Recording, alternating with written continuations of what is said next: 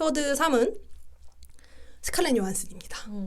그리고 또 옆에 또 로라 던 이렇게 써놨죠. 그쵸. 네. 사실 스칼렛 요한슨이 연기한 니콜 캐릭터 같은 경우는 일단 배우라는 점에서부터 스칼렛 요한슨이 자신의 좀 어떤 일정 부분을 투영할 수 있는 여지가 좀 있었을 것 같아요. 그리고 아까 말씀드린 것처럼 실제로 스칼렛 요한슨의 두 번째 이혼 소송이 진행되고 있는 중에 이 작품을 촬영했습니다. 앞서 말씀드린 것처럼 사실 그 노라 펜쇼한테 자신이 왜 여기까지 오게 됐는지를 원래는 소송을 안 하려고 했는데 사실 처음 만났을 때도 소송을 확신한 상태가 아니잖아요. 그쵸. 그냥 뭐 만나보라고 하니까. 만나볼까? 이렇게 하고 만난 거였는데 이 6분의 1 모놀로그 같은 경우는 이 배우의 이제 사실 스칼렛 요한슨 연기를 정말 오래 하지 않았습니까? 맞아요. 네. 그 연기 역사 안에서도 그리고 사실 노안 바우맥 영화 뭐 전체에서도 저는 사실 첫 손에 꼽힐 만한 작품 연기라고 생각해요. 생각해보면은 여성이 자신이 결혼으로 자신을 어떻게 잃어버렸는지에 대해서 이렇게 모놀로그로 되게 클로즈업된 상태에서 길게 얘기한 장면을 본 적이 별로 없는 것 같아요. 그러니까 묘사 같은 것은 될 수가 있는데 여성이 자기가 말하면서 이제 깨닫는 그런 거는 정말 드물었던 것 같아요. 그래서 사실 미국에서는 아까 말씀드린 것처럼 지금 아담 드라이버의 찰리가 오스카 후보로 거론이 되고 있는 상황입니다. 그리고 어제 아마 지금 저희가 녹음하고 있는 날 기점으로 어제 하루 전에 토론토에서는 나무주연상을 또 탔어요. 토론토 비평가협회에서 나무주연상을 탔고 그러면서 항상 대조적으로 저는 이런 식으로 말을 한다는 느낌을 받았어요. 자료를 찾아보면 아담 드라이버는 오스카 연기를 했는데 스칼렛 요한슨은 커리어 베스트라고 하는 거예요. 그리고 저는 포스터를 처음 봤을 때 조금 기분이 안 좋았는데 아카데미 노미니 아담 드라이버. 그런데 한 번도 아카데미 노미니가 안 됐어요. 스칼렛 요한슨이. 정말요? 그래서 골든글로브 노미니 스칼렛 요한슨이라고 나옵니다. 그래서 그거부터 나는 이미 이 영화가 상징하는 바가 있는 것 같은 거예요. 맞아요.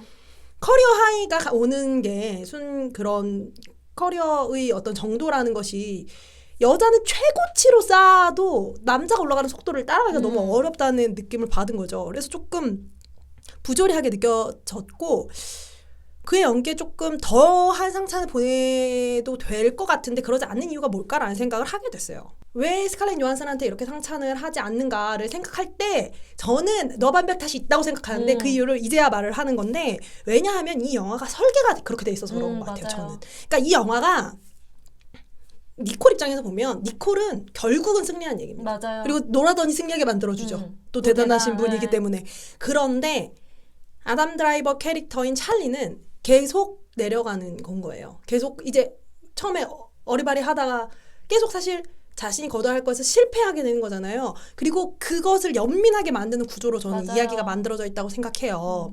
물론 누군가는 그것에 민망해서 죽지만 저는 정말 죽을 뻔했어요. 누군가는 그것에 연민을 하게 만드는 구조라는 겁니다. 맞아요.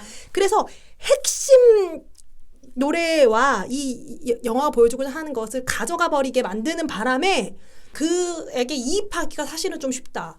맞아요. 그래서 사실 영화를 좀 그런 식으로 말씀하시는 분들이 있더라고요. 그 소송을 왜 했어야 되는지 애초에 모르겠다. 근데 왜냐면 그렇게 되는 이유가 전 그거라고 생각해요. 그러니까 니콜에게 이입을 빨리 못하면 너무너무 아담 드라이버 캐릭터 찰리에게 이입을 하게 되는 것 같아요. 그렇게 되면 왜 저렇게까지 사람을 궁지로 몰아가면서 이혼을 해야 돼? 이런 식으로 받아들이시는 분들이 생기는 것 같아요. 니콜은 이미 궁지에 몰려 있었는데요. 그러니까 그 점을 이 영화의 설계상 그러기 어려웠다는 것은 알겠지만 그러한 부분이 있지 않나? 그러니까 저는 이게 계속 자존심이 상하네요. 커리어 베스트라고만 하는 게. 예, 그런 생각이 좀 듭니다. 뭐 우린 그렇게 생각 안 하니까. 맞아요. 그건 진짜 좋은 저희는 그렇게 생각 안 하고 그런 생각이 좀 들고 또 이제 로라 던이 또 굉장하죠.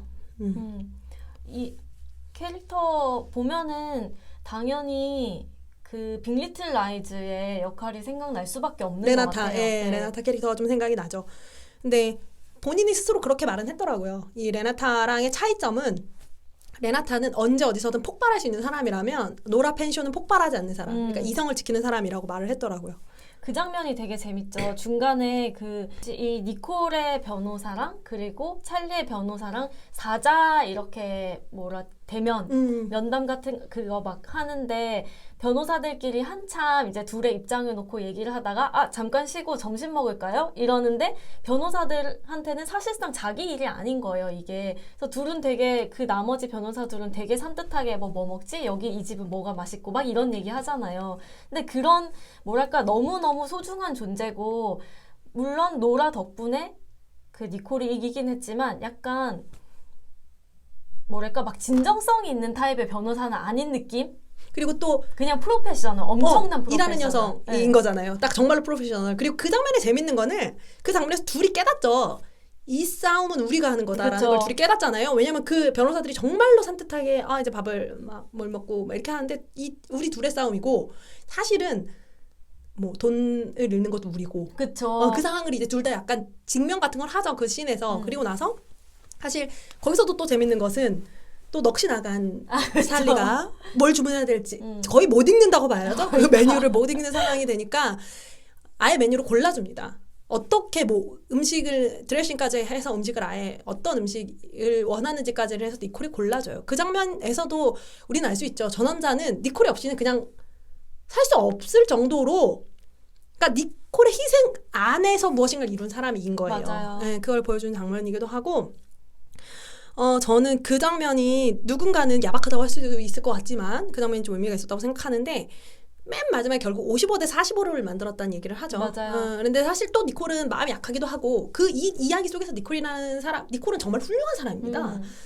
니콜은 정말로 좋고 굉장히 수준이 높은 사람이에요.